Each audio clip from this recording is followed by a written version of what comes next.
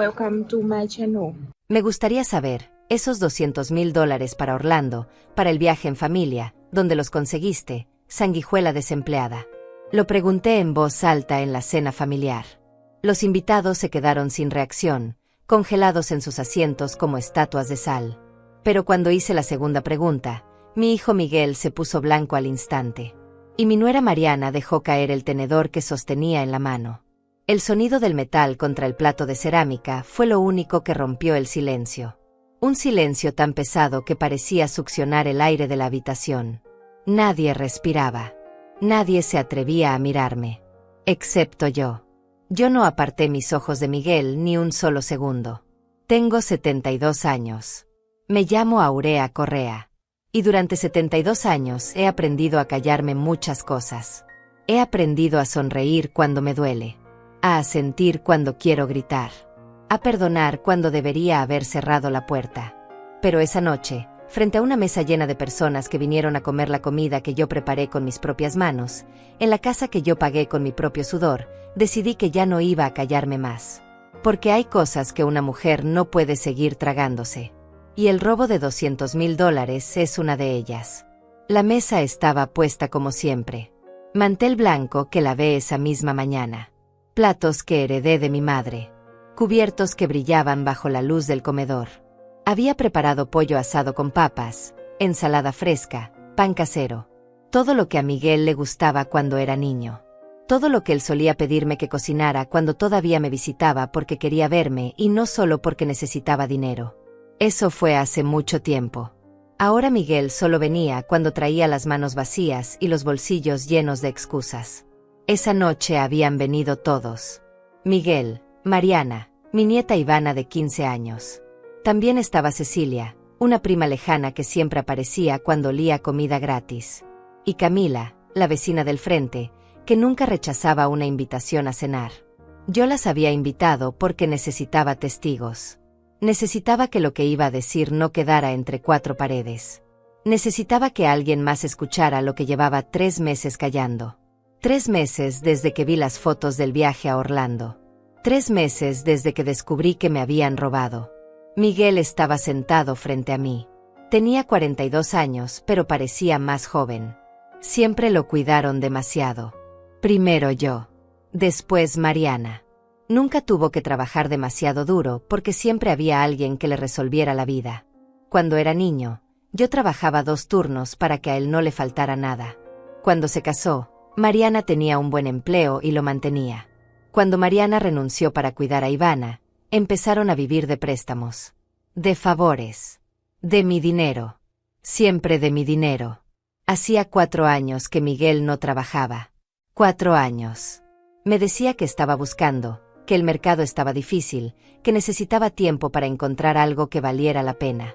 Pero yo sabía la verdad. Miguel no buscaba trabajo porque no necesitaba trabajar. Tenía a Mariana presionándolo desde la casa. Y me tenía a mí, su madre, la vieja tonta que siempre terminaba abriéndole la cartera cuando él llegaba con su cara de niño bueno y sus promesas de que esta vez sí iba a cambiar. Esta vez sí iba a devolver el dinero. Esta vez sí iba a conseguir trabajo. Pero lo de Orlando fue diferente. Eso no fue pedirme $200 para la comida del mes. Eso fue robarme $200,000. $200,000 que yo había guardado durante años. Cada centavo que me sobraba de mi pensión iba directo a esa cuenta de ahorros. Cada billete que conseguía por vender algo que ya no usaba. Cada moneda que ahorraba comprando lo más barato en el supermercado. Todo iba a esa cuenta. Porque yo sabía que algún día mi salud iba a fallar. Porque yo sabía que algún día iba a necesitar tratamientos, medicinas, cuidados. Porque yo sabía que nadie iba a cuidar de mí como yo cuidé de todos. Y Miguel lo sabía. Él sabía que ese dinero era para mi vejez. Para mis emergencias. Para mi dignidad. Pero igual se lo llevó. Igual lo usó para llevar a su familia a Orlando. Para hospedarse en hoteles de lujo. Para comer en restaurantes caros. Para comprarle a Ivana todo lo que ella señalaba con el dedo. Y cuando regresaron, cuando los vi llegar con maletas llenas de ropa de marca y juguetes que costaban más que mi pensión mensual, no dijeron nada. No me agradecieron. No me preguntaron cómo estaba. Solo mostraron las fotos. Solo presumieron el viaje. Como si fuera normal. Como si ese dinero hubiera aparecido del cielo. Yo vivo sola en esta casa desde que mi esposo murió hace 30 años. Miguel tenía 12 años cuando su padre cayó enfermo. Cáncer de pulmón. 3 meses desde el diagnóstico hasta el funeral. 3 meses en los que vendí todo lo que tenía de valor para pagar tratamientos que no sirvieron de nada. 3 meses en los que Miguel me vio llorar cada noche. 3 meses en los que le prometí que nunca le iba a faltar nada. Que yo iba a trabajar el doble. Que iba a sacrificar lo que fuera necesario. Y cumplí. Cumplí durante 30 años. Trabajé de día en una fábrica de ropa. Trabajé de noche limpiando oficinas. Trabajé los fines de semana lavando ropa ajena. Trabajé hasta que mi cuerpo ya no pudo más. Hasta que las rodillas me fallaron. Hasta que la espalda me dolía tanto que no podía levantarme de la cama sin llorar. Y cuando finalmente me jubilé, cuando finalmente pude descansar, pensé que Miguel iba a cuidarme. Pensé que iba a ser mi turno de recibir. Pero me equivoqué. Porque lo único que Miguel aprendió fue a pedir. A tomar. A desaparecer cuando ya no quedaba nada que sacar. La casa está llena de recuerdos. En cada rincón hay una historia. En la sala está el sillón donde mi esposo se sentaba a leer el periódico. En la cocina está la mesa donde Miguel hacía su tarea mientras yo preparaba la cena después del primer turno. En el patio está el árbol que plantamos juntos cuando él cumplió 10 años. Todo está aquí. Todo menos él. Porque Miguel dejó de venir hace mucho tiempo. Ahora solo aparece cuando necesita algo. Recuerdo el día que nació Miguel. Era diciembre y llovía tanto que las calles parecían ríos. Mi esposo condujo como un loco hasta el hospital mientras yo apretaba su mano y respiraba entre contracciones. Miguel nació a las 3 de la mañana, con los ojos abiertos, mirándome como si ya me conociera. El doctor dijo que era un bebé saludable, fuerte, perfecto. Y yo lloré. Lloré de felicidad porque después de 3 pérdidas, finalmente tenía a mi hijo en brazos.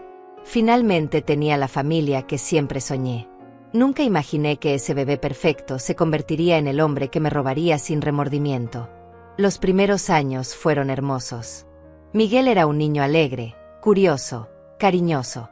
Se pegaba a mis piernas cuando yo cocinaba. Me traía flores que arrancaba del jardín de la vecina. Me dibujaba cartas en el Día de las Madres con letras torcidas que decían "Te amo, mamá". Yo guardaba cada dibujo, cada carta, cada recuerdo. Los tengo todavía, guardados en una caja en mi armario. A veces los saco y los miro, tratando de encontrar en esos papeles amarillentos al niño que perdí. Porque el hombre que está sentado frente a mí ahora no tiene nada que ver con ese niño. Cuando su padre murió, Miguel cambió. Se volvió silencioso, distante, enojado. Yo lo entendía. También estaba enojada. Enojada con Dios, con el mundo, con el cáncer que me arrebató al amor de mi vida. Pero yo no podía darme el lujo de quedarme en la rabia. Tenía un hijo que alimentar, una casa que mantener, cuentas que pagar. Así que me tragué el dolor y salí a trabajar. Doble turno. Triple turno. Lo que fuera necesario para que a Miguel no le faltara nada. Para que tuviera ropa limpia, comida caliente, útiles escolares. Para que no sintiera el vacío que su padre dejó. Vendí las joyas que mi esposo me regaló en nuestro aniversario. Vendí el auto que habíamos comprado juntos. Vendí los muebles de la sala y los reemplacé con otros más baratos. Cada cosa que vendía era un pedazo de mi corazón que entregaba para que mi hijo tuviera futuro. Y Miguel lo sabía. Él veía cómo yo llegaba a casa con los pies hinchados después de limpiar oficinas toda la noche. Él veía cómo yo contaba monedas para comprar el pan del día siguiente. Él veía cómo yo me saltaba comidas para que a él le alcanzara su porción. Y nunca dijo nada. Nunca me preguntó si estaba bien. Nunca me agradeció. Los años pasaron. Miguel terminó la escuela. No con las mejores calificaciones, pero terminó. Yo estaba orgullosa de todas formas. Porque era mi hijo. Porque había llegado hasta ahí a pesar de todo. Le pagué un curso técnico en computación porque dijo que quería trabajar con tecnología. Le compré una computadora usada para que practicara. Le di dinero para pasajes, para materiales, para lo que necesitara. Terminó el curso, pero nunca consiguió trabajo en el área. Decía que las empresas pedían experiencia y él no tenía. Decía que los sueldos eran muy bajos. Decía que estaba esperando la oportunidad correcta. Mientras esperaba esa oportunidad que nunca llegó, Miguel conoció a Mariana. Ella trabajaba en una tienda de ropa en el centro. Era bonita, educada, de buena familia. Yo me alegré cuando me la presentó. Pensé que tal vez ella sería la motivación que Miguel necesitaba para madurar, para conseguir trabajo, para hacerse responsable. Pero me equivoqué. Mariana no lo motivó. Mariana lo mantuvo. Ella trabajaba, él se quedaba en casa jugando videojuegos. Ella pagaba el alquiler, él pedía dinero prestado para sus caprichos. Y cuando se casaron, yo pagué la boda. Gasté $15,000 en esa boda. $15,000 que no tenía. Tuve que pedir un préstamo que tardé 3 años en pagar. Pero lo hice porque Miguel me dijo que era importante para él. Que quería darle a Mariana el día que ella merecía. Que iba a ser un nuevo comienzo. Que después de la boda iba a buscar trabajo en serio. Que iba a hacerme sentir orgullosa. Pasaron 10 años desde esa boda. Todavía estoy esperando que cumpla esa promesa. Cuando Ivana nació, pensé que las cosas cambiarían. Pensé que la paternidad despertaría algo en Miguel. Que tener una hija lo haría responsable. Pero pasó lo contrario. Ahora tenía una excusa más para no trabajar. Tenía que cuidar a Ivana mientras Mariana trabajaba, decía. Aunque cuidar significaba dejarla frente al televisor mientras él dormía hasta el mediodía. Yo iba a visitarlos y encontraba la casa desordenada, a Ivana con el pañal sucio, a Miguel en pijama a las 3 de la tarde. Y cuando yo le preguntaba por qué no buscaba trabajo, me decía que estaba cansado. Que ser padre era agotador. Que yo no entendía. Yo entendía perfectamente. Yo había sido madre soltera durante 30 años. Yo había trabajado 2 empleos mientras criaba a un niño sola. Yo había limpiado pañales y mocos y vómito mientras Miguel dormía. Yo había pasado noches en vela con el enfermo en brazos. Yo sabía exactamente lo que era ser madre. Y sabía que lo que Miguel sentía no era cansancio. Era pereza. Era comodidad. Era la certeza de que siempre habría alguien que resolviera por él. Yo. Siempre yo. Mariana renunció a su trabajo cuando Ivana cumplió 3 años. Dijo que quería ser madre de tiempo completo. Yo no dije nada. No era mi lugar. Pero sabía lo que eso significaba. Significaba que ahora ninguno de los dos trabajaba. Significaba que iban a vivir de ahorros hasta que se acabaran. Y después iban a venir a mí. Otra vez. Como siempre. Y así fue. 2 meses después de que Mariana renunció, Miguel apareció en mi puerta. Necesito tu ayuda, mamá. Solo por un tiempo. Hasta que consiga algo. Te lo voy a devolver, te lo prometo. Esa fue la primera vez de muchas. Cada mes traía una nueva emergencia. Que si Ivana necesitaba zapatos nuevos. Que si el alquiler había subido. Que si la nevera se había dañado. Que si Mariana necesitaba ir al dentista. Siempre algo. Siempre urgente. Siempre mi responsabilidad resolverlo. Y yo lo hacía. Porque era mi nieta. Porque era mi hijo. Porque una madre no deja que su familia pase necesidad. Aunque esa familia nunca le devolviera ni un centavo. Aunque esa familia la visitara solo cuando necesitaba algo. Le di dinero durante 4 años. Miles de dólares. No llevaba la cuenta exacta porque me dolía hacerlo. Porque cada vez que sumaba lo que había dado sin recibir nada a cambio, algo dentro de mí se rompía un poco más. Pero si tuviera que calcularlo, diría que fueron al menos $50,000 en esos 4 años. $50,000 que salieron de mi pensión. De mis ahorros. De vender cosas que ya no usaba. De negarme a mí misma cualquier lujo, cualquier capricho, cualquier descanso. Y mientras yo me negaba todo, mientras yo compraba la marca más barata en el supermercado, mientras yo remendaba mi ropa vieja en lugar de comprar nueva, Miguel y Mariana se iban a restaurantes. Ivana tenía el último modelo de teléfono. Mariana compraba carteras que costaban más que mi pensión mensual. Y cuando yo preguntaba cómo podían permitirse esas cosas si no trabajaban, me decían que habían sido regalos. Ofertas. Gangas. Mentiras. Siempre mentiras. Los domingos solían venir a almorzar. Al principio venían seguido. Cada semana. Después cada 2 semanas. Después una vez al mes. Después solo en fechas especiales. Y finalmente solo cuando necesitaban dinero. La última vez que vinieron antes del viaje a Orlando fue en marzo. Llegaron sin avisar, justo antes del almuerzo. Yo no había cocinado nada especial, pero improvisé con lo que tenía. Hice pasta con salsa de tomate, ensalada simple. Miguel apenas probó la comida. Mariana tampoco comió mucho. Ivana se quejó de que la pasta estaba muy simple, que en su casa comían mejor. Esa fue la última vez que los vi antes de que se fueran a Orlando. Ese día Miguel me pidió $5,000.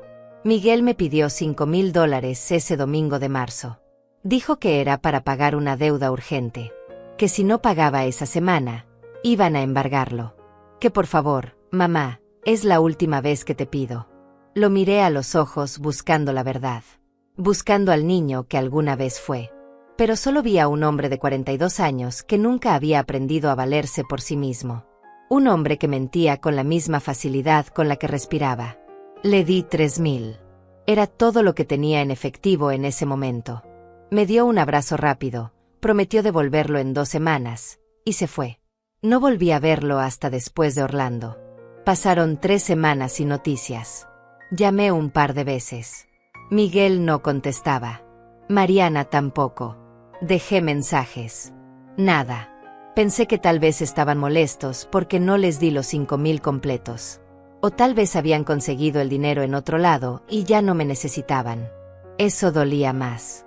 Pensar que solo me buscaban cuando yo era útil. Que cuando no tenía nada que darles, desaparecía de su vida como si nunca hubiera existido. Como si 30 años criándolos sola no significaran nada. Fue Cecilia, mi prima, quien me mandó el enlace. Un mensaje en la madrugada. Aurea, vi esto y pensé que debía saberlo. Era el perfil de redes sociales de Ivana. Fotos. Decenas de fotos. Orlando. El castillo brillando de noche. Ivana sonriendo con orejas de ratón. Mariana frente a una tienda de lujo con bolsas en ambas manos. Miguel abrazando a su familia frente a un lago artificial. Restaurantes elegantes. Hoteles con piscinas infinity. Paseos en lancha. Fuegos artificiales. Felicidad. Tanta felicidad comprada con dinero que no tenían. Me quedé mirando las fotos durante horas. No podía dormir. No podía respirar. Cada imagen era una puñalada. Porque yo sabía que ellos no tenían ese dinero. Sabía que hacía 3 semanas Miguel me había rogado $5,000 para una deuda urgente. Y ahora estaban en Orlando gastando lo que parecían decenas de miles de dólares. Los comentarios bajo las fotos eran peores. Amigas de Ivana preguntando cómo habían conseguido ir a un lugar tan caro. La respuesta de Ivana: mi papá consiguió un trabajo increíble. Estamos celebrando. Otra mentira. A la mañana siguiente fui al banco. Necesitaba ver mi cuenta. Necesitaba confirmar lo que ya sospechaba en el fondo de mi corazón. La cuenta de ahorros que había abierto hace 10 años con la ayuda de Miguel. La cuenta donde guardaba cada centavo que me sobraba de la pensión. La cuenta que era mi seguro para la vejez, para emergencias médicas, para el día en que ya no pudiera valerme por mí misma. Le había dado a Miguel acceso como autorizado. Solo para emergencias. Le dije. Solo si me pasa algo y necesitas pagar mis gastos. Confié en él. Fui una tonta. La empleada del banco me imprimió el extracto de los últimos 3 meses. Mis manos temblaban mientras miraba los números. Primera transferencia, $70,000. Hace 2 meses. Segunda transferencia, $80,000. Hace 6 semanas. Tercera transferencia, $50,000. Hace 1 mes. Total, $200,000. $200,000 retirados de mi cuenta. Todas las transferencias autorizadas con la firma digital de Miguel como usuario autorizado. Todas hechas una semana antes de que aparecieran las primeras fotos de Orlando. Le pregunté a la empleada si había algún error. Ella revisó de nuevo. No, señora Correa. Todas las transacciones fueron autorizadas correctamente por el usuario secundario de la cuenta. Sentí que el piso se movía bajo mis pies, que las paredes se cerraban, que el aire se volvía denso y no podía respirar. La empleada me preguntó si me sentía bien. Le dije que sí. Otra mentira. Porque nada estaba bien. Porque mi hijo me había robado.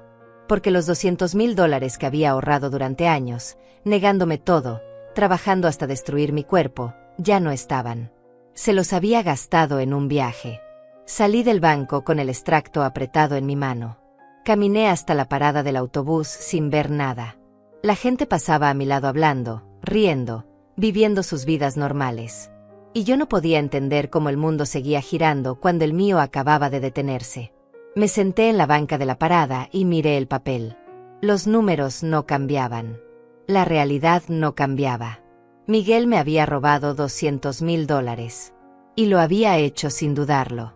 Sin preguntarme. Sin importarle que ese dinero era todo lo que yo tenía. Llegué a casa y me senté en la cocina. La misma cocina donde preparé miles de comidas para Miguel cuando era niño. La misma cocina donde empaqué su almuerzo todos los días de escuela durante 12 años. La misma cocina donde horneé su pastel de cumpleaños cada año, aunque estuviera cansada. La misma cocina donde lloré en silencio la noche que su padre murió mientras él dormía en su habitación. Todo lo que había hecho en esta cocina. Todo lo que había dado. Todo lo que había sacrificado. Y así me lo pagaba. Llamé a Miguel. No contestó. Llamé a Mariana. Tampoco. Dejé un mensaje. Necesito hablar contigo. Es urgente. Llámame. Pasaron 2 días sin respuesta. Al tercer día, Miguel me mandó un mensaje de texto. Perdón, mamá. Hemos estado muy ocupados. Todo bien. Te llamo esta semana. Ocupados. Ocupados gastando mi dinero. Ocupados disfrutando de lujos que yo pagué sin saberlo. Ocupados construyendo recuerdos familiares con dinero robado. Esa noche no pude dormir. Me quedé mirando el techo de mi habitación pensando en todo. En los años que trabajé 2 empleos. En las noches que me dormí llorando de cansancio. En las veces que comí solo pan para que a Miguel le alcanzara la comida. En los sueños que tuve y nunca cumplí porque siempre puse a mi hijo primero. En el viaje que siempre quise hacer y nunca hice porque ese dinero era para emergencias. Para mi vejez. Para mi dignidad. Y Miguel lo tomó como si fuera suyo. Como si yo no importara. A la semana siguiente, Miguel apareció en mi casa. Llegó solo. Sin Mariana. Sin Ivana. Llegó sonriendo, como si nada hubiera pasado. Me trajo flores. Flores baratas del supermercado. Como si eso arreglara algo. Como si unas flores compensaran $200,000. Me abrazó. Hola mamá, te extrañé. Mentira. Si me hubiera extrañado, habría contestado mis llamadas. Si me hubiera extrañado, no me habría robado. Si me hubiera extrañado, habría sido honesto conmigo. Le ofrecí café. Se sentó en la sala como si fuera una visita normal. Empezó a hablarme del viaje. De lo increíble que fue Orlando. De cómo Ivana se divirtió tanto. De cómo Mariana estaba feliz. De cómo hacía años que no pasaban tiempo juntos como familia. Hablaba y yo solo lo miraba. Miraba su boca moverse. Miraba sus manos gesticular. Miraba sus ojos brillar de emoción. Y me preguntaba cómo era posible. ¿Cómo era posible que mi hijo estuviera tan feliz hablando de un viaje que pagó con dinero robado? ¿Cómo era posible que no sintiera ni una pizca de culpa? Le pregunté. Con calma. Con voz tranquila. Miguel, ¿cómo pagaste ese viaje? Se quedó callado por un segundo. Solo un segundo. Después sonrió. Conseguí un trabajo temporal muy bien pagado. Un proyecto de 3 meses. Me pagaron todo por adelantado. Por eso decidimos hacer el viaje ahora, aprovechar antes de que se acabe el dinero. Lo miré. Busqué algo en sus ojos. Algún indicio de verdad. Alguna señal de remordimiento. Nada. Solo una mentira perfectamente ensayada saliendo de su boca con la misma naturalidad con la que me pedía dinero prestado. ¿Qué tipo de trabajo?, pregunté. Consultoría, dijo. para una empresa de tecnología. No puedo dar muchos detalles. Firmé un acuerdo de confidencialidad. Qué conveniente, pensé. Un trabajo misterioso que paga tanto que alcanza para Orlando, pero que no puede explicar.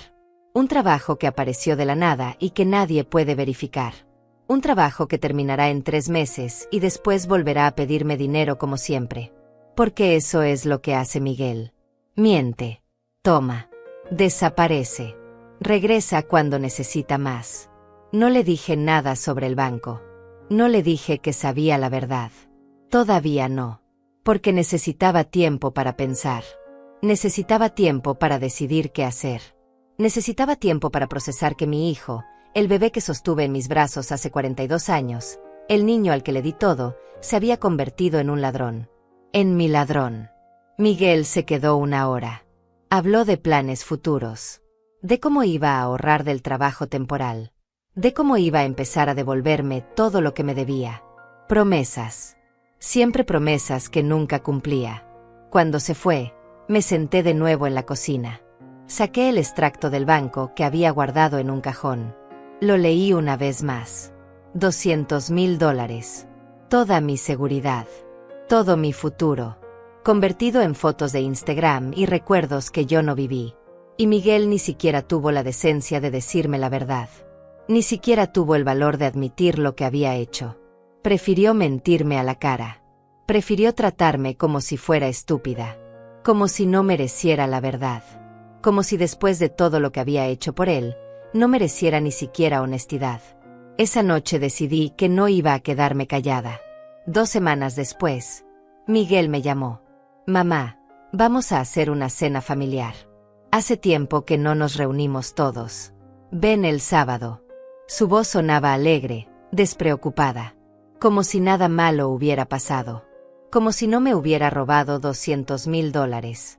Como si yo fuera solo su madre ingenua que siempre estaría ahí sin importar lo que él hiciera. Le dije que sí. Que ahí estaría. Porque ya había tomado una decisión. Ya sabía lo que iba a hacer.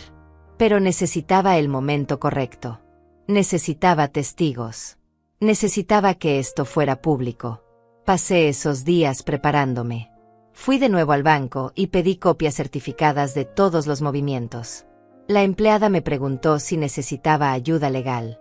Le dije que todavía no, pero que tal vez pronto. Guardé los documentos en un sobremanila.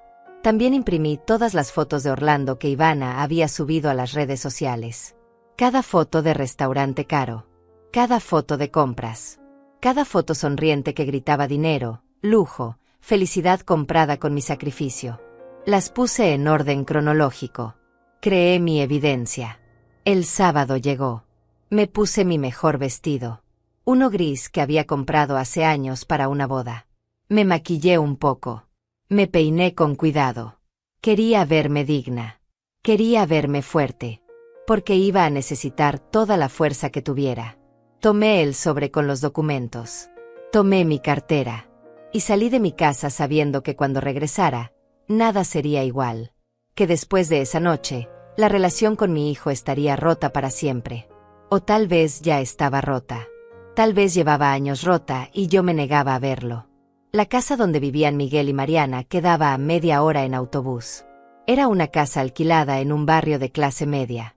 Nada lujoso pero tampoco humilde.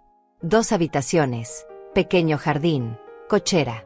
Más de lo que yo tenía cuando criaba a Miguel sola. Más de lo que ellos podían pagar sin trabajar. Toqué el timbre. Mariana abrió la puerta.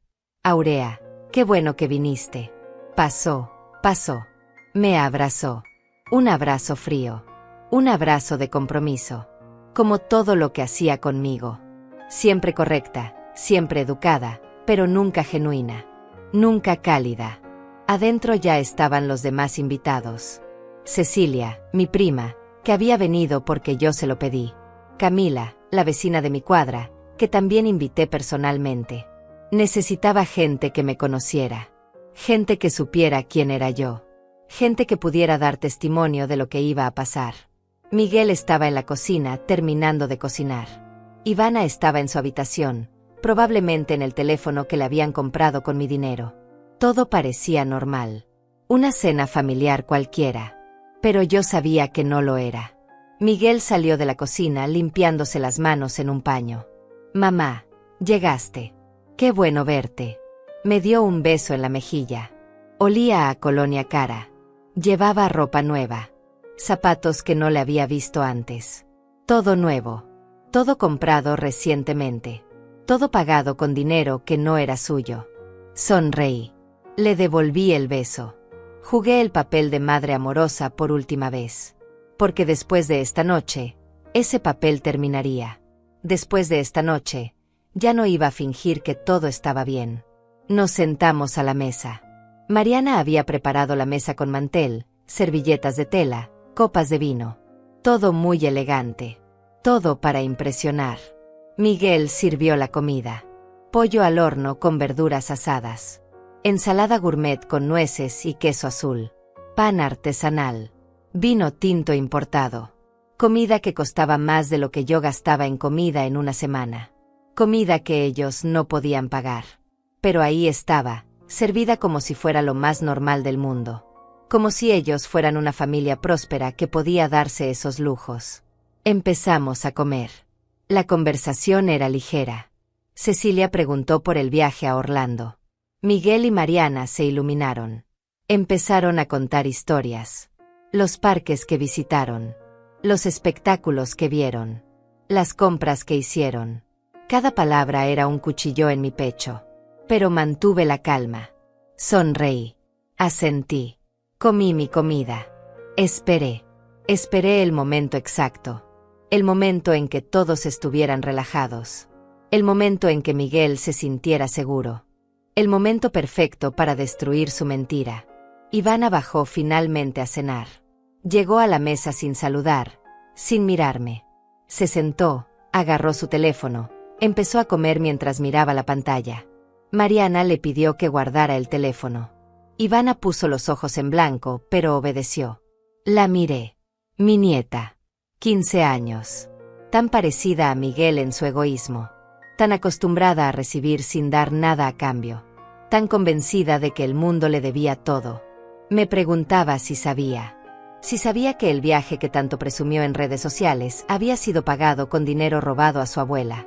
Probablemente no le importaba. Miguel sirvió más vino.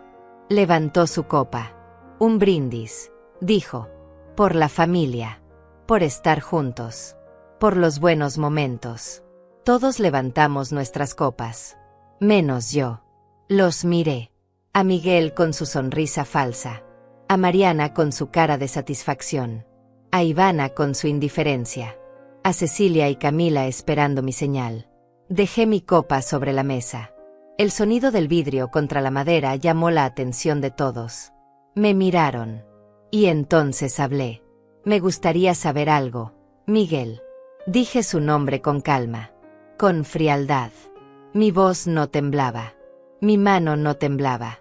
Nada en mí temblaba porque había esperado este momento durante semanas. Miguel me miró. Claro, mamá. ¿Qué necesitas saber? Sonreía. Todavía sonreía. Todavía pensaba que tenía el control. Todavía pensaba que yo era la vieja tonta que siempre había sido. Me gustaría saber de dónde sacaste el dinero para el viaje a Orlando.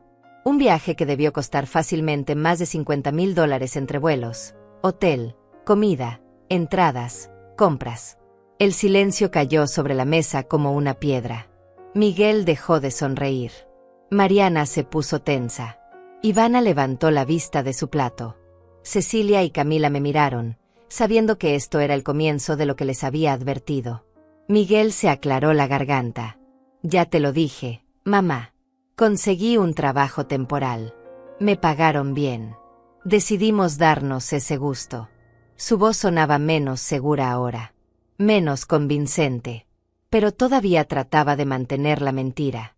Así, el trabajo misterioso de consultoría que no puedes explicar. ¡Qué conveniente! Mi voz seguía calmada, pero había algo en mi tono que hizo que Miguel se pusiera pálido. Mamá, no sé por qué dudas de mí. ¿Por qué iba a mentirte? Porque me has mentido toda tu vida, Miguel. Porque llevas 4 años sin trabajar y de repente tienes dinero para Orlando. Porque hace 2 meses me pediste $5,000 llorando que te iban a embargar. Y una semana después estaba subiendo fotos desde un hotel de lujo. Mariana intervino. Aurea, no entiendo a qué viene esto. Miguel te explicó de dónde salió el dinero. ¿Por qué lo atacas así? La miré. La miré con toda la frialdad que sentía. No lo ataco, Mariana. Solo hago preguntas. Preguntas que cualquier madre haría cuando su hijo, que lleva años pidiéndole dinero prestado, de repente tiene fondos para un viaje de más de $50,000. Es curiosidad. Simple curiosidad. Miguel se levantó de la mesa. ¿Sabes qué, mamá? Si viniste solo a arruinar la cena con tus acusaciones, mejor te vas. No voy a permitir que me hables así en mi casa. En tu casa, repetí. En tu casa que pagas con qué dinero, Miguel. Con el sueldo del trabajo que no tienes. Con los ahorros que no existen. Con préstamos que nunca devuelves. Dime, en serio, ¿cómo pagas esta casa? ¿Cómo pagas la comida? ¿Cómo pagaste Orlando? Ya te lo dije. No me crees, ese es tu problema. Miguel estaba enojado ahora. Rojo de rabia. Pero yo veía algo más en sus ojos. Miedo. Pánico. Sabía que yo sabía algo. Podía sentirlo. Saqué el sobremanila de mi bolso. Lo puse sobre la mesa. Todos lo miraron. Miré a Miguel directamente a los ojos. Te voy a hacer la pregunta una vez más, hijo. Y esta vez quiero que me digas la verdad. Delante de todos. ¿De dónde sacaste $200,000 para el viaje a Orlando y para todas las compras que hiciste? ¿De dónde? Miguel miró el sobre. Miró a Mariana. Miró a todos en la mesa. Su cara pasó de roja a blanca en segundos. Abrió la boca, pero no salió sonido. Mariana también estaba pálida. Ivana nos miraba confundida, sin entender qué pasaba. Cecilia y Camila permanecieron en silencio, testigos de lo que yo había prometido que verían. Esperé. Di tiempo a que Miguel hablara. A que dijera la verdad. A que por una vez en su vida fuera honesto conmigo. Pero no dijo nada. Entonces abrí el sobre. Saqué los extractos bancarios. Los puse sobre la mesa.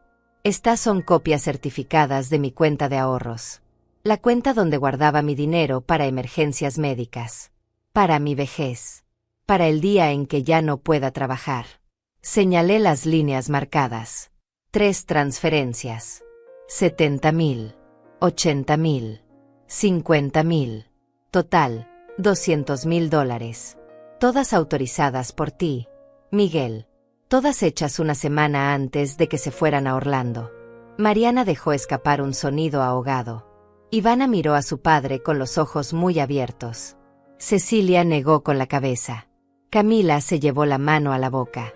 Y Miguel se quedó ahí, de pie, mudo, atrapado en su mentira. Miguel finalmente encontró su voz. Mamá, yo puedo explicar. Su voz temblaba. Sus manos temblaban. Todo en él temblaba porque sabía que no había explicación posible. No había palabras que pudieran justificar lo que había hecho. Pero igual iba a intentarlo. Igual iba a tratar de manipularme una vez más. Como siempre lo había hecho. Adelante. Le dije. Explica cómo robaste $200,000 de la cuenta de tu propia madre. Estoy esperando. No fue robo, dijo rápidamente. Tú me diste acceso a esa cuenta. Yo estaba autorizado. Técnicamente tenía derecho. Lo miré sin parpadear. Te di acceso para emergencias. Para si yo terminaba en el hospital y alguien tenía que pagar mis cuentas médicas. No para que te llevaras todo mi dinero y te fueras de vacaciones a Orlando.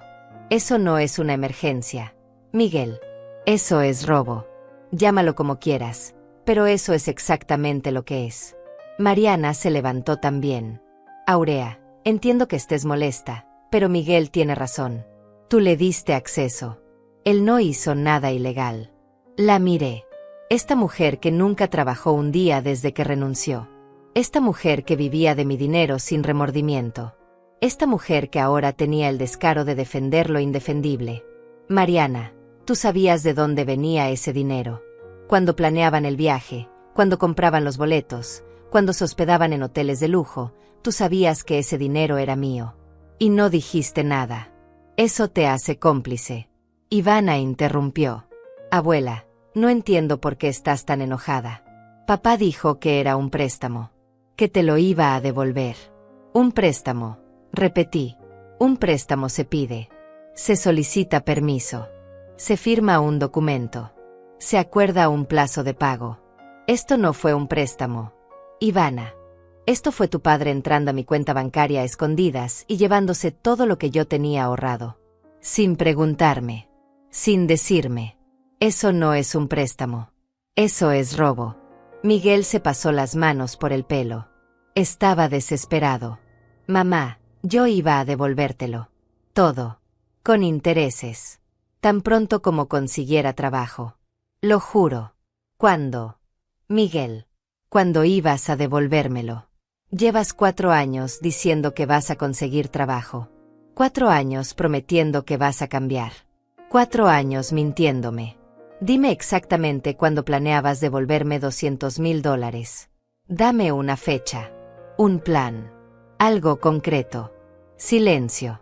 Por supuesto. Porque no había plan. Nunca lo hubo. Cecilia habló por primera vez. Miguel, ¿cómo pudiste hacerle esto a tu madre? Después de todo lo que ella hizo por ti.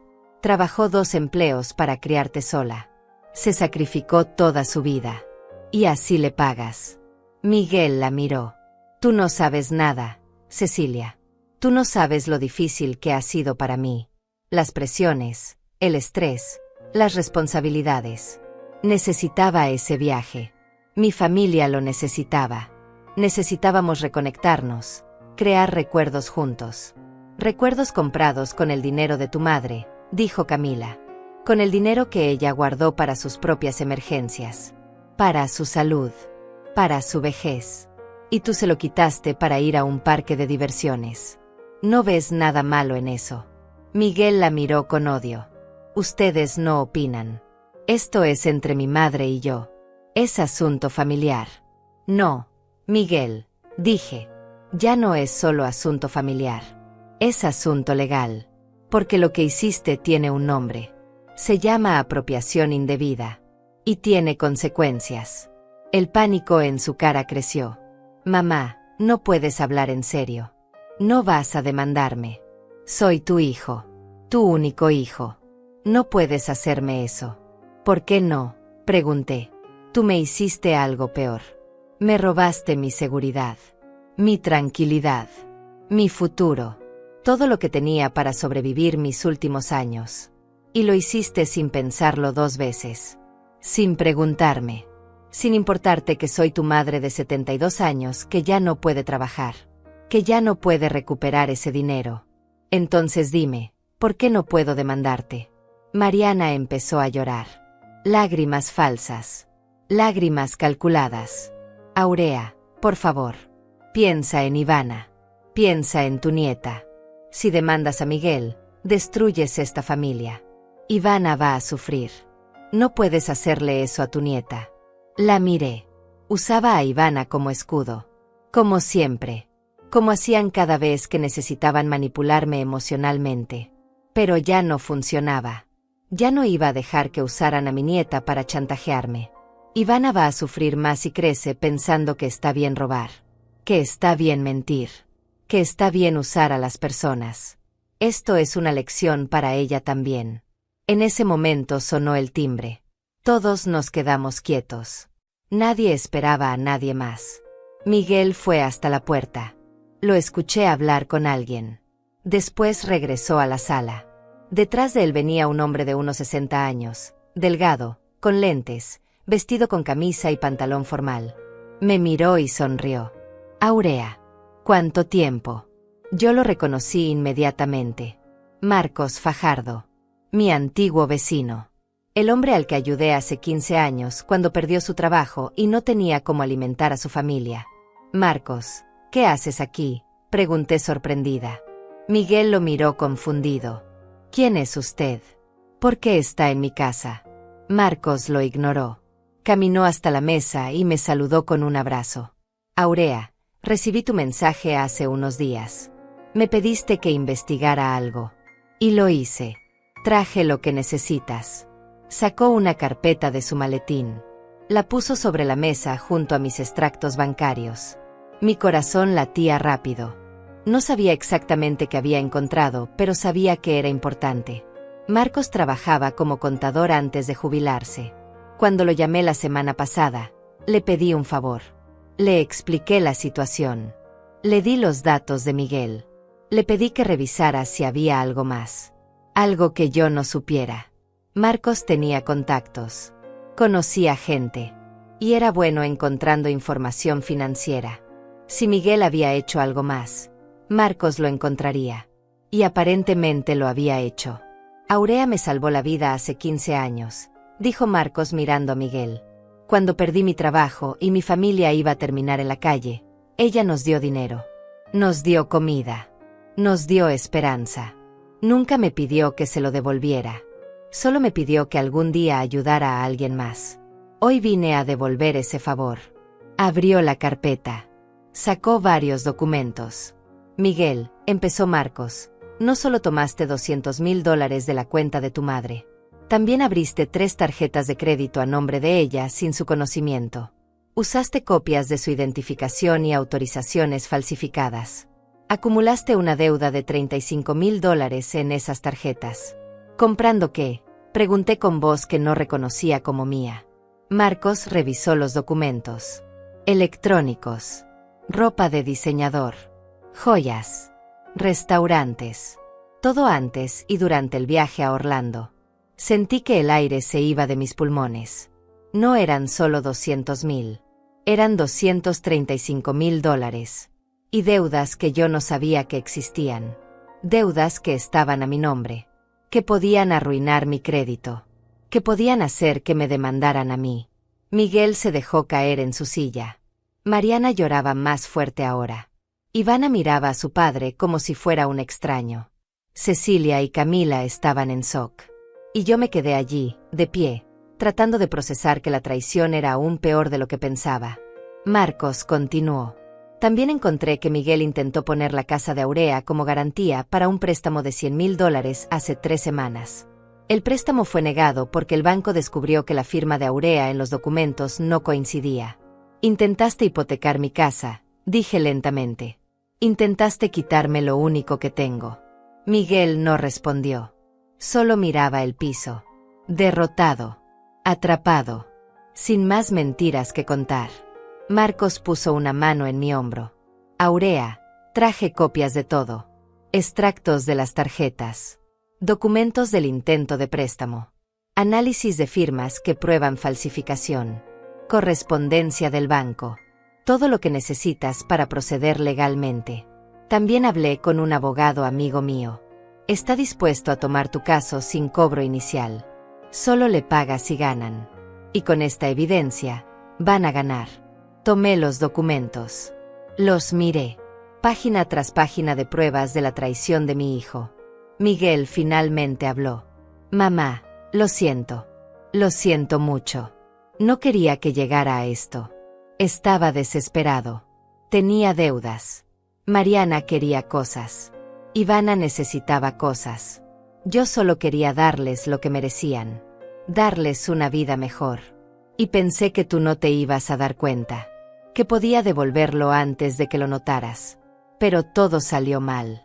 Todo se complicó. Ahora sí estoy buscando trabajo. Ahora sí voy a cambiar. Te lo prometo. Dame otra oportunidad. Lo miré. Este hombre de 42 años llorando como niño. Este hombre que había tenido miles de oportunidades y las desperdició todas. Este hombre que era mi hijo y a quien ya no reconocía. ¿Cuántas oportunidades te he dado, Miguel? ¿Cuántas veces te he perdonado? ¿Cuántas veces te he ayudado? Y cada vez prometes cambiar. Cada vez juras que será diferente. Pero nunca cambia. Nunca es diferente. Y ahora me pides otra oportunidad después de robarme todo. Después de intentar quitarme mi casa. Después de arruinar mi nombre con deudas. Dime por qué debería creerte esta vez. Porque soy tu hijo, susurró. Porque me amas. Porque una madre siempre perdona. Lo miré por mucho tiempo. Sí, Dije finalmente. Eres mi hijo. Y sí, te amo. Pero el amor no significa dejar que me destruyas. El amor no significa ser tu víctima eterna. He amado mal. He perdonado mal. He dado mal. Porque te enseñé que podías hacer lo que quisieras sin consecuencias. Que siempre estaría aquí para rescatarte. Pero se acabó, Miguel. Esta vez las consecuencias son reales. Tomé todos los documentos. Los de Marcos y los míos. Los guardé en el sobre. Miré a todos en la mesa. Esta cena termina aquí. Cecilia, Camila, gracias por venir. Marcos, gracias por tu ayuda. Me voy. Miguel se levantó. Mamá, por favor. No te vayas así. Podemos arreglar esto. Podemos hablar. Ya no hay nada que hablar, dije. Mi abogado se pondrá en contacto contigo. Caminé hacia la puerta. Miguel me siguió. Mariana lloraba. Ivana gritó, abuela, no puedes hacernos esto. Me detuve. Me giré. Sí puedo. Ivana. Y lo haré. Salí de esa casa. Marcos salió conmigo. Me acompañó hasta la parada del autobús. Aurea, hiciste lo correcto, dijo.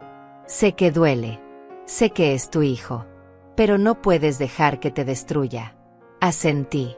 Las lágrimas finalmente vinieron. Lloré en silencio mientras esperábamos el autobús. Marcos se quedó conmigo. No dijo nada más. Solo estuvo ahí. Como yo estuve para él 15 años atrás. El autobús llegó. Me subí. Miré por la ventana la casa de Miguel alejarse. Y supe que nada volvería a ser igual. Llegué a mi casa pasada la medianoche. Las luces del barrio estaban apagadas. Solo el farol de la esquina iluminaba la calle vacía. Entré despacio, cerré la puerta con seguro, y me quedé ahí parada en la oscuridad de mi sala. La misma sala donde Miguel jugaba cuando era niño. La misma sala donde celebramos sus cumpleaños. La misma sala que ahora se sentía como un museo de recuerdos muertos. Me senté en el sofá sin encender las luces. Dejé que el silencio me envolviera. Dejé que el dolor viniera sin resistencia. Lloré. Lloré como no había llorado en años. Lloré por el hijo que perdí. No al hijo que murió, sino al hijo que eligió convertirse en alguien que yo no podía reconocer. Lloré por los $235,000 que ya no tenía. Lloré por mi vejez que ahora sería más difícil, más incierta, más solitaria. Lloré por todas las veces que confié cuando debía haber dudado. Por todas las veces que perdoné cuando debía haber puesto límites. Lloré hasta que ya no me quedaron lágrimas.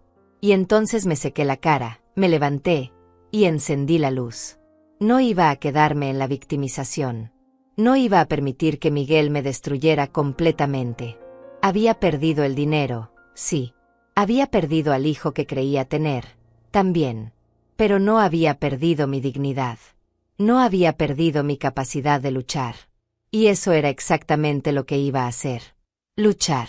Fui a mi habitación. Saqué una caja de zapatos del fondo del armario. Adentro guardaba documentos importantes. Escritura de la casa. Certificado de nacimiento. Fotos viejas. Y algo más. Cartas. Decenas de cartas que Miguel me había escrito a lo largo de los años. Las leí todas esa noche. Cartas del colegio donde me decía que yo era la mejor mamá del mundo.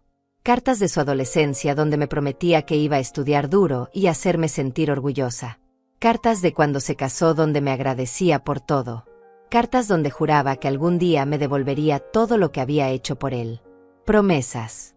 Tantas promesas rotas. Guardé las cartas de nuevo. No las iba a tirar.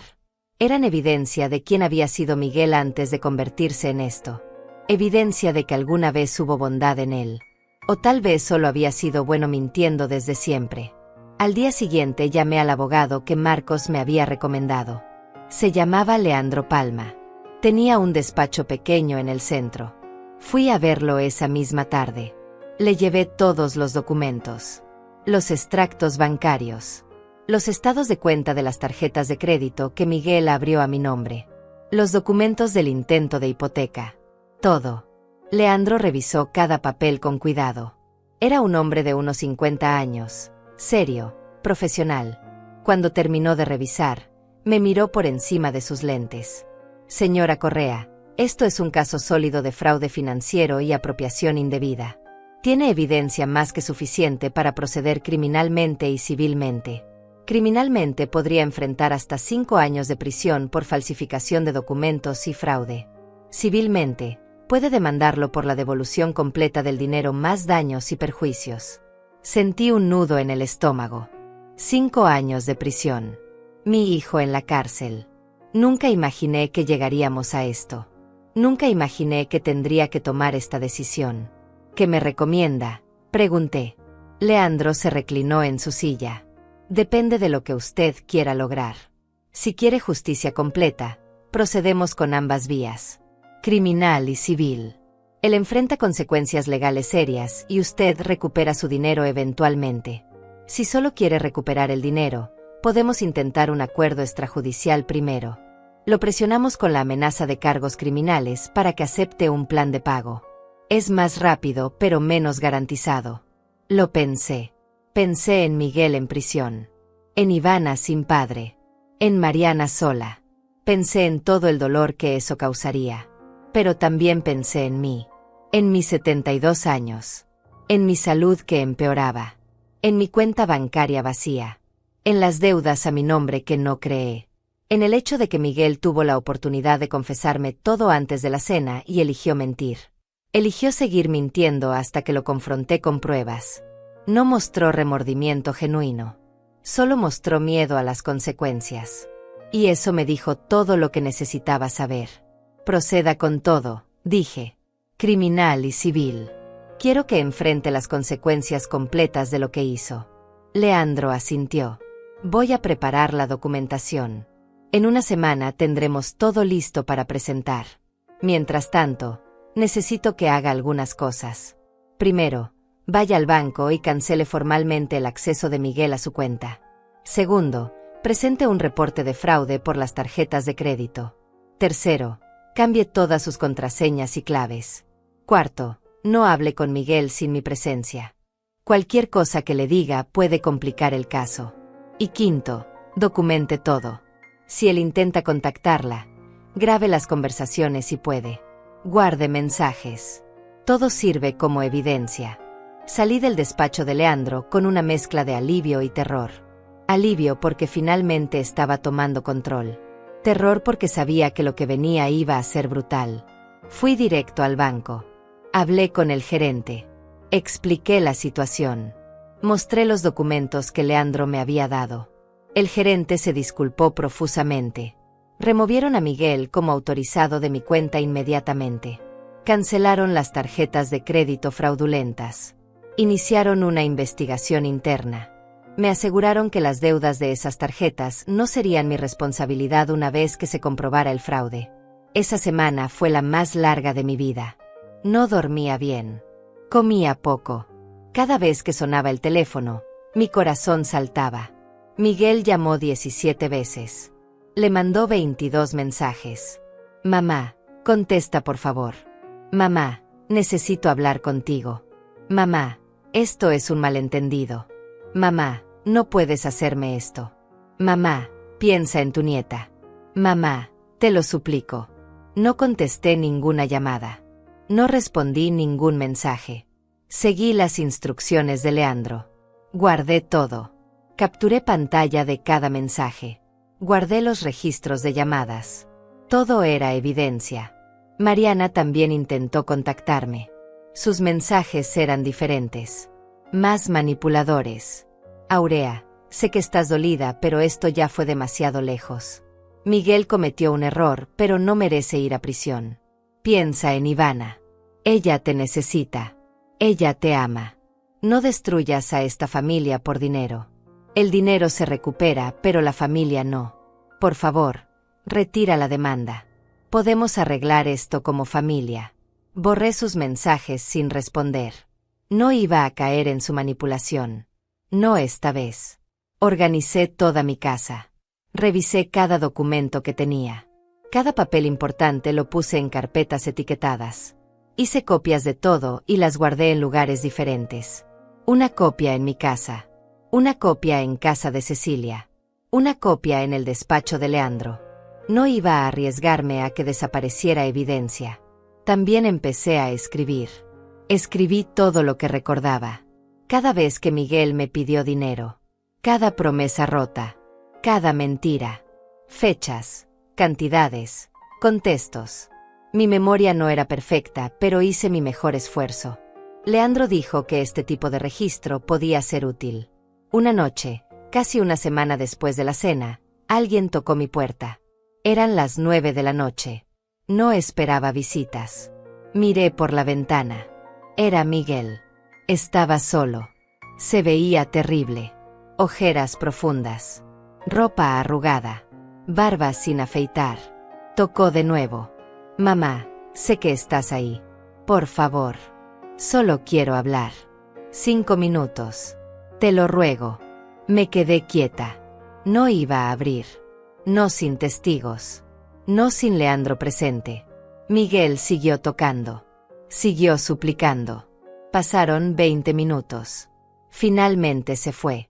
Al día siguiente, Leandro me llamó. Señora Correa, presentamos los cargos esta mañana. La fiscalía aceptó el caso.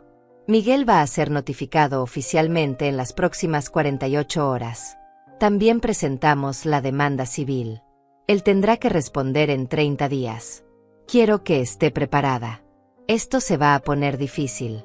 Él va a intentar contactarla más. Va a enviar gente a que hable con usted. Va a tratar de hacerla sentir culpable. Manténgase firme. Recuerde por qué está haciendo esto. Gracias, Leandro, dije. Estoy lista para lo que venga. Pero no estaba lista. No realmente. Porque 2 días después, cuando Miguel recibió la notificación oficial de los cargos criminales, cuando entendió que esto era real, que su madre realmente le estaba demandando, que realmente podía ir a prisión, algo en él se rompió. Y lo que hizo después cambió todo. Miguel apareció en la puerta de Cecilia a las 6 de la mañana. Mi prima me llamó alterada. Aurea, tu hijo está aquí. Está llorando. Dice que necesita hablar contigo. Que si no vienes, va a hacer algo terrible. No sé qué hacer. Le dije que no fuera. Que no le abriera la puerta. Que llamara a la policía si no se iba. Pero Cecilia tenía miedo. Aurea, se ve muy mal. Muy desesperado. Por favor, ven. Solo para que se calme. No quiero problemas. Suspiré. Llamé a Leandro. Él dijo que podía ir, pero que él iría conmigo. Que no hablara a solas con Miguel. Llegamos a casa de Cecilia media hora después. Miguel estaba sentado en los escalones del frente. Cuando me vio llegar, se levantó de un salto. Mamá, gracias por venir. Yo necesito que entiendas. Leandro se puso entre nosotros. Señor Correa, soy el abogado de su madre. Cualquier cosa que quiera decirle, dígamelo a mí primero. Miguel lo miró con odio. Usted no tiene nada que ver en esto. Esto es entre mi madre y yo. Asunto familiar. No, dijo Leandro con calma. Esto dejó de ser asunto familiar cuando cometió fraude. Ahora es asunto legal. Y yo represento a su madre. Miguel intentó rodear a Leandro para acercarse a mí. Mamá, por favor. Retira los cargos. Te lo suplico. Voy a devolverte todo. Cada centavo. Solo dame tiempo. No me hagas ir a prisión. No puedo ir a prisión. No voy a sobrevivir ahí. Piensa en mí. Soy tu hijo. Tu único hijo. No me hagas esto. Su voz se quebraba. Las lágrimas corrían por su cara. Pero yo había visto este espectáculo antes. Había visto a Miguel llorar y suplicar tantas veces. Siempre funcionaba. Siempre me ablandaba. Pero no esta vez. ¿Cómo vas a devolverme $235,000? Miguel. ¿Con qué dinero? No tienes trabajo. No tienes ahorros. No tienes nada. ¿De dónde vas a sacar ese dinero? Silencio. Exactamente. No tienes forma de devolverlo. Solo estás diciendo lo que crees que quiero oír. Como siempre. Miguel negó con la cabeza desesperadamente. No, no. Esta vez es diferente. Ya conseguí trabajo. Empiezo la próxima semana. Es en construcción. No paga mucho, pero es algo. Y Mariana también va a buscar trabajo. Entre los dos vamos a juntar el dinero. Te lo vamos a devolver. Solo retira los cargos. Dame una oportunidad. Leandro habló antes de que yo pudiera responder. Señor Correa, aunque consiguiera ese trabajo, aunque su esposa también trabajara, tomando en cuenta un salario promedio, les tomaría aproximadamente 15 años pagar esa cantidad. Y eso sin contar intereses, sin contar gastos de vida, sin contar imprevistos. Su madre tiene 72 años. No puede esperar 15 años. No tiene 15 años. Miguel lo miró furioso. Entonces, ¿qué quiere que haga? ¿Qué quiere? Que me tire de un puente. Que desaparezca. Eso los haría felices. No seas dramático, dije finalmente. Nadie quiere que te tires de un puente. Lo que quiero es que enfrentes las consecuencias de tus acciones. Robaste. Falsificaste documentos. Intentaste hipotecar mi casa. Esas son decisiones que tú tomaste. Ahora tienes que vivir con las consecuencias. Pero soy tu hijo, gritó. ¿Cómo puedes mandarme a prisión? ¿Qué clase de madre hace eso? Lo miré directamente a los ojos. La clase de madre que se cansó de ser robada. La clase de madre que finalmente entendió que el amor no significa dejar que me destruyas. Mariana llegó en ese momento. Venía corriendo por la calle. Se veía tan mal como Miguel. Pelo sin peinar. Sin maquillaje. Ropa del día anterior. Aurea, gracias a Dios. Tienes que detener esto. Miguel no puede ir a prisión. Ivana lo necesita. Yo lo necesito. Toda la familia se va a desmoronar. ¿No pensaste en eso cuando planeaban el viaje a Orlando con mi dinero? Dije. ¿No pensaste en mí cuando gastaban $200,000 que no les pertenecían? ¿No pensaste en Ivana cuando la acostumbraste a lujos que no pueden pagar? Ahora quieres que yo piense en ustedes. Fue un error, sollozó Mariana. Un terrible error. Pero castigarnos así es desproporcionado. Es cruel. Miguel va a perder todo. Su libertad. Su dignidad. Su futuro. ¿Y para qué? Para recuperar dinero que probablemente nunca vas a ver de todas formas. Porque aunque lo metas a la cárcel, no te lo va a poder devolver desde ahí. Entonces, ¿qué ganas con esto? Venganza. Eso es lo que quieres. Venganza porque te sentiste usada. Admítelo. No es venganza, dije con voz calmada. Es justicia. Hay una diferencia. La venganza es lastimar por lastimar. La justicia es que las acciones tengan consecuencias. Miguel tomó decisiones. Ahora enfrenta las consecuencias. Así funciona el mundo real. Ese mundo del que él nunca quiso formar parte porque siempre hubo alguien que lo rescatara. Pero ya no más. Esta vez no lo voy a rescatar. Esta vez va a caer. Y va a aprender. ¿O no? Pero esa ya no es mi responsabilidad. Cecilia salió de su casa. Había estado escuchando todo desde adentro. Mariana, Miguel, creo que deberían irse. Esto no está llevando a nada. Aurea ya tomó su decisión.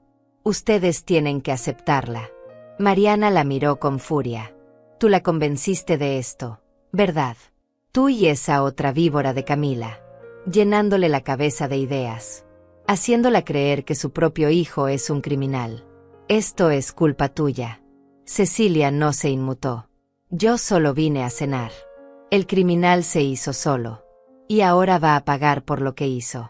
Vete de mi casa antes de que llame a la policía. Miguel cayó de rodillas en el suelo. Literalmente de rodillas. Frente a mí. Mamá, te lo ruego. Por todo lo que más quieras. Por la memoria de mi padre. Por los años que pasamos juntos. Por el amor que alguna vez me tuviste. Retira los cargos. No me hagas ir a prisión. Haré lo que sea. Lo que sea. Venderé todo lo que tengo. Trabajaré 3 empleos. Pero no me quites mi libertad. Por favor. Lo miré ahí. Arrodillado. Suplicando. Y no sentí lástima. Sentí tristeza. Tristeza porque había llegado a esto. porque mi hijo prefería arrodillarse que aceptar responsabilidad. Levántate, Miguel, dije. Levántate y vete. No voy a cambiar de opinión. Los cargos siguen. La demanda sigue. Todo sigue. Vete a casa. Prepárate para lo que viene. Y tal vez, solo tal vez, usa este tiempo para reflexionar sobre las decisiones que tomaste. Sobre la persona en la que te convertiste.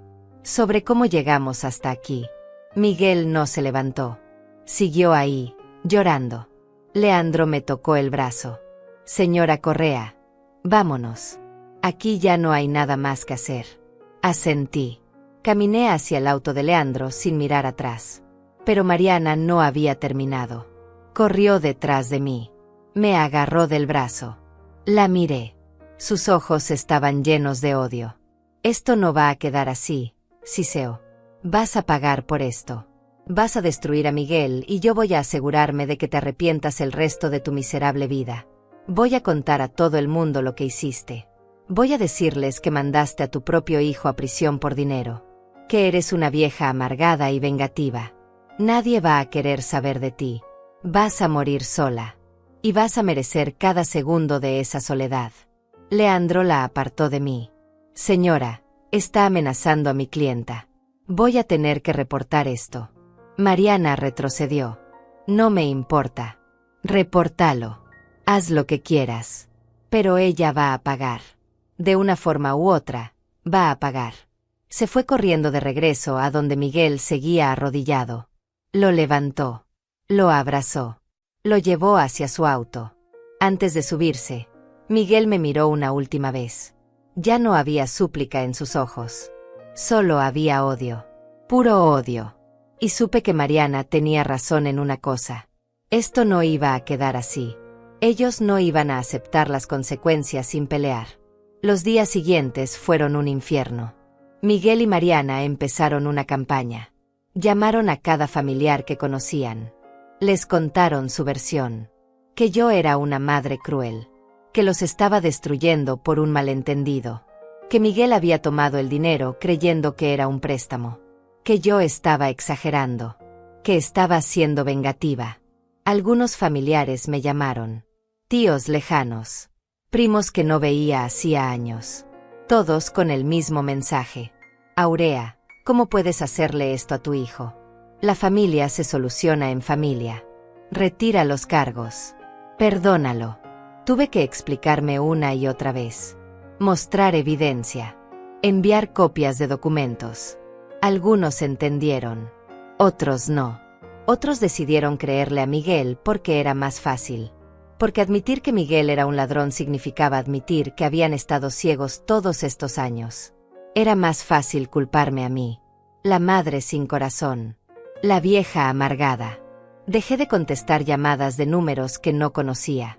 Dejé de leer mensajes de gente que no me importaba. Me concentré en lo que importaba. El caso.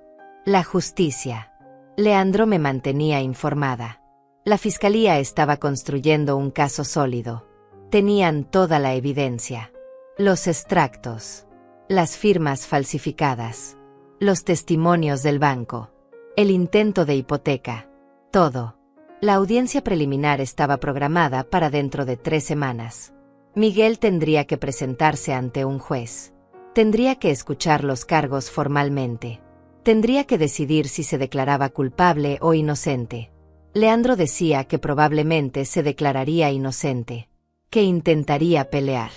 Que alargaría el proceso todo lo posible. Pero que eventualmente perdería. La evidencia era irrefutable. Esas 3 semanas fueron las más largas de mi vida. Cada día esperaba que pasara algo. Que Miguel hiciera algo desesperado. Que Mariana cumpliera sus amenazas. Que algo saliera mal. Pero nada pasó. Solo silencio. Un silencio pesado y amenazante. El silencio antes de la tormenta. Y yo esperé. Esperé a que llegara el día de la audiencia. El día en que finalmente miraría a mi hijo a los ojos en una corte. El día en que un juez decidiría su futuro. El día en que todo cambiaría para siempre. El día de la audiencia llegó. Me desperté a las 5 de la mañana, aunque la audiencia era a las 10. No había podido dormir. Me vestí con cuidado.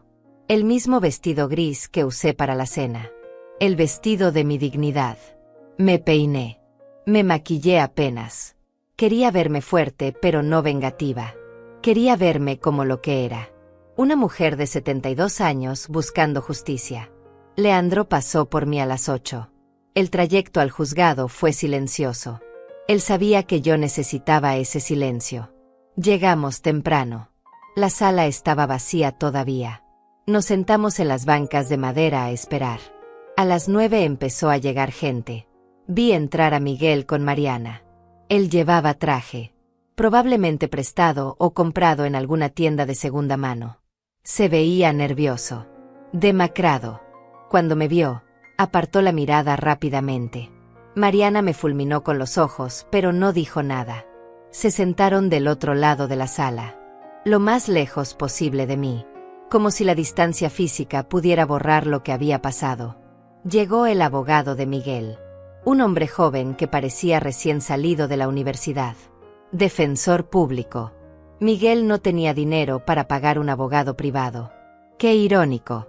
Había gastado $235,000 en lujos, pero no tenía para su propia defensa.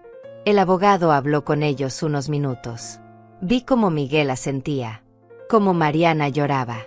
Cómo el abogado revisaba documentos con cara de preocupación. Sabía que no tenía caso. La evidencia era abrumadora. A las 10 en punto entró el juez. Todos nos pusimos de pie. Era una mujer de unos 60 años. Pelo canoso recogido. Lentes. Expresión seria. Se sentó. Nos indicó que nos sentáramos. Empezó a leer el caso. Estado contra Miguel Correa. Cargos: apropiación indebida, falsificación de documentos, fraude financiero. Mi corazón latía tan fuerte que pensé que todos podían escucharlo. El juez miró a Miguel. Señor Correa, ¿entiende los cargos que se le imputan? Miguel se levantó tembloroso. Sí, su señoría. ¿Cómo se declara? Hubo un silencio largo. Todos esperábamos. Miguel miró a su abogado. El abogado asintió. Miguel respiró profundo. Culpable, su señoría. Me declaro culpable. Un murmullo recorrió la sala. Mariana sollozó en voz alta. Yo me quedé quieta. No esperaba esto. Pensé que pelearía, que negaría todo, que intentaría escapar de las consecuencias como siempre lo había hecho. Pero se había declarado culpable. Leandro me apretó la mano. Esto es bueno, susurró. Significa que acepta responsabilidad. El juez será más considerado en la sentencia. El juez continuó. Muy bien. Dado que se declara culpable, procederemos directamente a considerar los argumentos para la sentencia. Abogado defensor, ¿tiene algo que decir? El abogado de Miguel se levantó. Su señoría, mi cliente reconoce la gravedad de sus acciones. Cometió un error terrible motivado por desesperación financiera y presión familiar. Pero es un hombre sin antecedentes criminales. Un padre de familia. Alguien que ahora ha conseguido empleo y está dispuesto a reparar el daño. Solicito clemencia. Una sentencia suspendida con libertad condicional y un plan de restitución. Leandro se levantó. Su señoría, mi clienta es una mujer de 72 años que fue víctima de abuso financiero por parte de su propio hijo. Él no solo tomó sus ahorros de vida, también abrió tarjetas de crédito fraudulentas a su nombre e intentó hipotecar su casa sin consentimiento.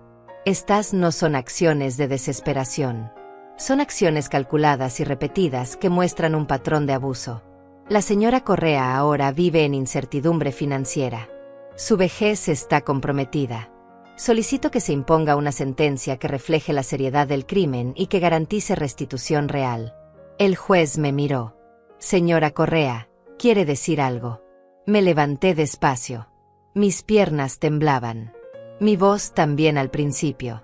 Su señoría, yo crié a mi hijo sola después de que su padre muriera. Trabajé 2 empleos durante 30 años para darle todo. Sacrifiqué mi salud, mis sueños, mi futuro por él. Y él tomó todo lo que yo había guardado para mi vejez y lo gastó en vacaciones. No me pidió permiso. No me dijo la verdad. Me robó. Y cuando lo confronté, Mintió. Solo admitió la verdad cuando le mostré evidencia irrefutable. Mi voz se hizo más firme. No busco venganza. Busco justicia. Busco que entienda que las acciones tienen consecuencias. Que no puede vivir toda su vida usando a las personas sin enfrentar responsabilidad. Eso es todo. Me senté. El silencio en la sala era absoluto. El juez escribió algo en sus notas. Después miró a Miguel. Señor Correa, tiene algo que decir antes de que dicte sentencia. Miguel se levantó. Lloraba. Su señoría, yo amo a mi madre. Sé que lo que hice estuvo mal. No tengo excusa. Solo puedo decir que lo siento. Que me arrepiento.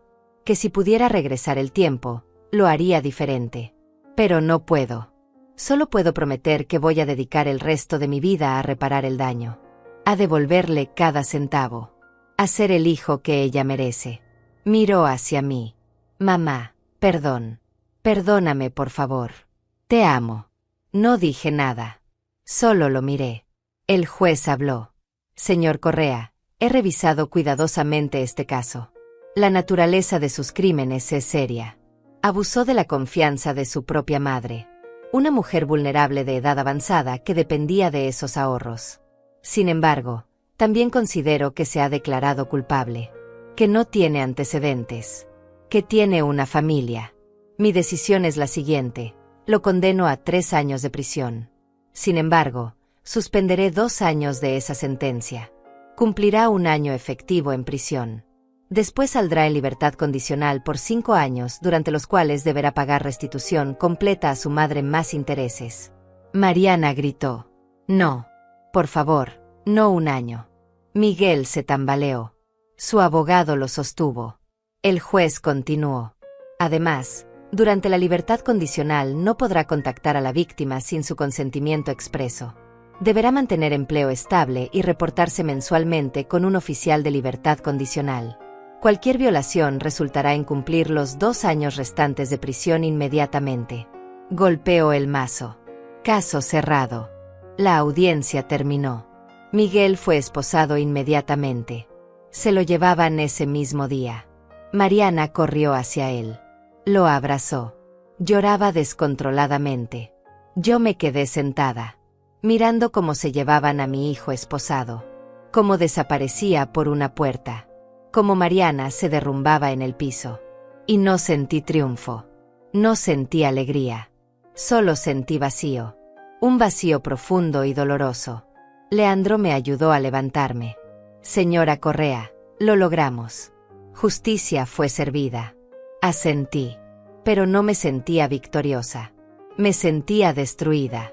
Salimos del juzgado. Afuera estaba Cecilia esperándome. Me abrazó. Lo hiciste bien, Aurea. Hiciste lo correcto. Marcos también estaba ahí. Había venido a apoyarme. Me dio un abrazo. Aurea, sé que duele ahora. Pero con el tiempo verás que esto era necesario. Que no tenías otra opción. Asentí de nuevo. No podía hablar. Si hablaba, lloraría. Y no quería llorar en público. No quería que nadie viera mi dolor. Llegué a casa y finalmente me permití sentir todo. La rabia. La tristeza. La culpa. La duda. Me pregunté si había hecho lo correcto. Si había sido demasiado dura. Si debía haber aceptado el plan de pago sin cargos criminales. Si debía haber perdonado una vez más. Pero entonces recordé las mentiras. El robo. El intento de hipoteca. Y supe que había hecho lo único que podía hacer. Había elegido mi dignidad sobre su comodidad. Había elegido justicia sobre falsa paz familiar. Había elegido sobrevivir. Pasaron 6 meses desde la sentencia. 6 meses en los que mi vida cambió completamente. Los primeros días fueron los más difíciles. La casa se sentía demasiado silenciosa. Demasiado vacía. Me despertaba en las noches pensando en Miguel en prisión. Imaginando cómo sería su celda. Sí estaría bien. Sí estaría seguro. Pero entonces recordaba lo que me hizo. Y el dolor regresaba. No el dolor de extrañarlo. El dolor de aceptar que el hijo que creí tener nunca existió realmente. Vendí la casa. Esa decisión fue difícil pero necesaria. Había demasiados recuerdos en esas paredes. Recuerdos que ya no me traían paz sino angustia. Recuerdos de un pasado que había terminado. La vendí por un buen precio. Con ese dinero y lo poco que quedaba en mi cuenta después del robo, compré un departamento pequeño en otra ciudad. Un lugar nuevo. Un lugar sin fantasmas. Un departamento de 2 habitaciones cerca de un lago. Con vista a los árboles. Con luz natural que entraba por ventanas grandes. Un lugar para empezar de nuevo. Me mudé sola. Cecilia ofreció ayudarme, pero le dije que necesitaba hacerlo yo misma. Empacar cada caja fue un proceso de sanación. Decidir qué llevar y qué dejar. Me deshice de todo lo que me conectaba al dolor. Fotos de Miguel adulto. Regalos que me había dado. Cartas recientes. Todo a la basura. Pero guardé las fotos de cuando era niño. Guardé sus dibujos de la primaria. Guardé los recuerdos del hijo que alguna vez fue. Porque ese niño sí existió. Ese niño sí me amó. Lo que pasó después no fue culpa de ese niño. En la nueva ciudad nadie me conocía. Nadie sabía mi historia. Yo era solo Aurea.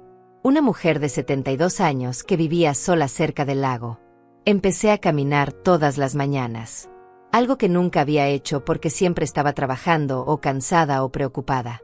Pero ahora tenía tiempo. Caminaba 1 hora cada mañana respirando aire fresco. Mirando el agua. Escuchando los pájaros. Sintiendo el sol en mi cara. Reconectando con la vida que había olvidado vivir. Aprendí a conducir. A los 72 años. Siempre había dependido del transporte público o de que alguien me llevara. Pero decidí que ya no quería depender de nadie. Tomé clases. Practiqué. Me costó. Reprobé el examen la primera vez. Pero lo intenté de nuevo. Y la segunda vez pasé. Conseguí mi licencia. Compré un auto usado pero confiable. Y conduje sola por primera vez en mi vida. La sensación de libertad fue indescriptible. Yo controlaba hacia dónde iba. Yo decidía cuándo parar. Yo manejaba mi propia vida literalmente. Empecé a escribir. Compré un cuaderno y empecé a escribir mi historia. No para publicarla. No para mostrársela a nadie. Solo para mí. Para procesar. Para entender. Para sanar. Escribí sobre mi infancia. Sobre conocer a mi esposo. Sobre su muerte. Sobre criar a Miguel sola. Sobre los sacrificios. Sobre las mentiras. Sobre el robo. Sobre la traición. Sobre el juicio. Sobre todo. Y mientras escribía, algo dentro de mí se liberaba. El peso que había cargado durante décadas empezaba a aligerarse. Un día, 3 meses después de mudarme, recibí una carta de Miguel. Llegó desde la prisión. La miré durante horas sin abrirla. No sabía si quería leer lo que decía. Finalmente la abrí. Era corta. Mamá, sé que probablemente no quieras saber de mí. Sé que te hice daño de formas que no tienen perdón. Solo quiero que sepas que pienso en ti todos los días. Que entiendo ahora lo que hice. Que merezco estar aquí. Que cuando salga, si algún día me das la oportunidad, voy a demostrarte que puedo cambiar. No te pido que me perdones. Solo te pido que te cuides. Que seas feliz. Que vivas la vida que siempre mereciste. Te amo. Miguel. Doblé la carta. La guardé en un cajón. No respondí. Tal vez algún día lo haría. Tal vez no. Pero ese día no era hoy. Hoy mi prioridad era yo misma. Mi sanación. Mi paz. Por primera vez en 72 años, yo era mi prioridad. No Miguel. No ningún hijo. No ninguna familia. Yo. Y eso no me hacía egoísta. Me hacía sobreviviente. Me hacía fuerte. Me hacía libre. Planté flores en mi balcón. Rosas, margaritas, girasoles. Las regaba cada mañana mientras tomaba mi café. Las veía crecer. Las veía florecer. Y me veía a mí misma en ellas. Creciendo de nuevo después de ser pisoteada. Floreciendo después de un invierno largo y oscuro. Renaciendo. Conocí a otras mujeres en el edificio. Mujeres de mi edad. viudas, divorciadas, solas. Formamos un grupo.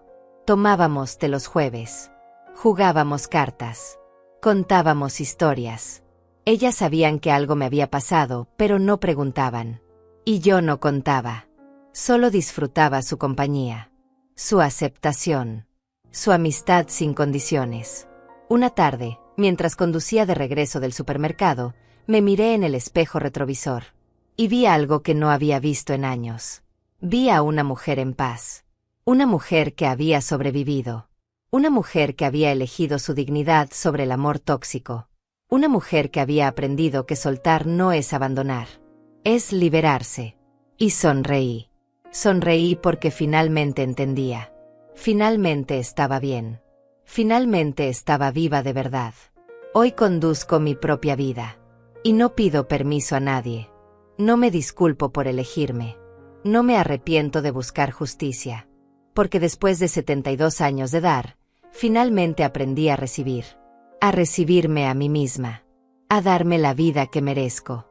A las mujeres que están leyendo esto, a las madres que han sido usadas, a las abuelas que han sido olvidadas, les digo, nunca es tarde.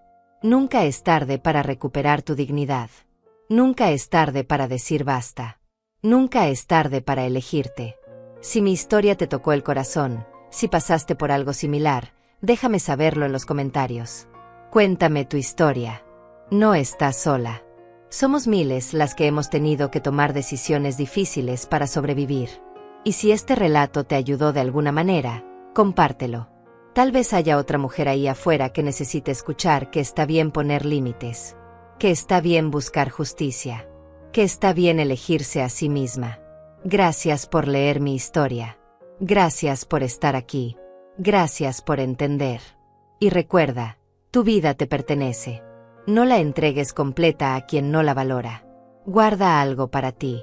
Siempre guarda algo para ti. Porque al final, la única persona que estará contigo hasta el último día eres tú misma. Y mereces tratarte con el amor y el respeto que siempre diste a otros. Mereces tu propia compasión. Mereces tu propia lealtad. Mereces vivir en paz. Y si eso significa soltar a quien te lastima, aunque sea tu propia sangre, entonces suelta. Suelta y vuela. Como yo finalmente lo hice. Como tú también puedes hacerlo. Nunca es tarde para empezar de nuevo. Nunca.